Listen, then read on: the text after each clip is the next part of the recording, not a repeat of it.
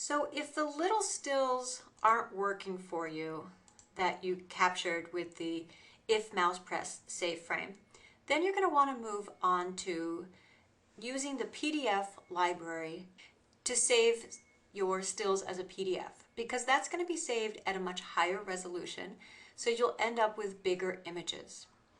You may want to have open the Word document that is there on Blackboard.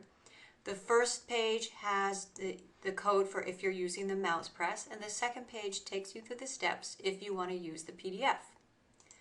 So what we want to do is, the first step is we have to import this library here. Import processing PDF, that's our PDF library. And that allows this code to work. So to import the library, we go to Sketch, Import Library, PDF Export.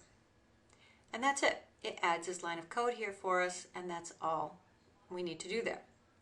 The next thing is we're going to tell the PDF to start recording as soon as the program starts, so we're going to put that in our setup. And we do that by typing in begin record. Oops, I always put that E there.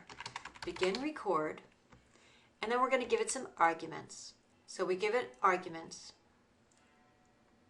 PDF in all caps, comma, and now we're going to give it a name in quotes, and this is the name that you want your file to be saved as.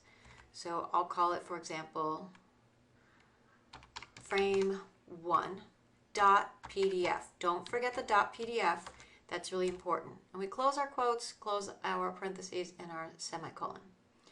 Okay, so now when it opens, it's going to start saving it as a PDF, and what it's going to save is called frame1 as a PDF file extension. So obviously every time that you are doing this, you would, if you wanted to save like 5 PDFs from one processing sketch, you do need to go and change the name every time, so that way they don't override each other. Okay, and now the next thing is, instead of if mouse press save frame, we're going to put in the code that we need to get the PDF to stop, which will be end record, no arguments, so it's open and close parentheses, and we're putting no loop to get it to stop, and that way we'll know that it has finished making the PDF.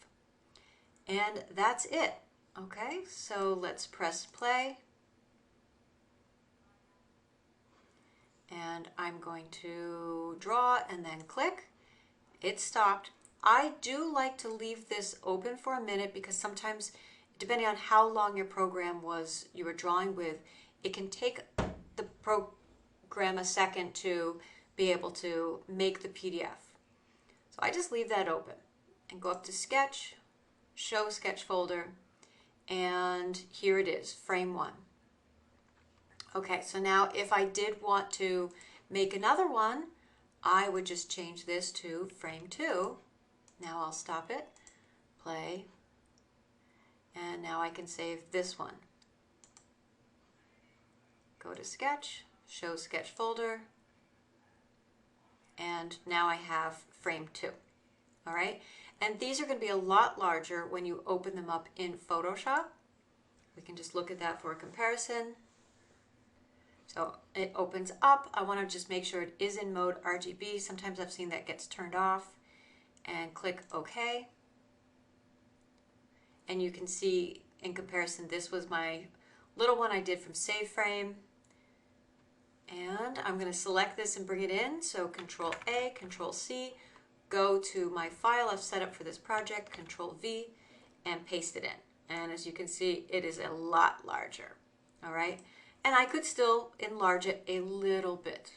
All right, so those are the steps for working with the PDFs. Again, if you need to be able to have a larger image size, do it with the PDF and not just the regular save frame.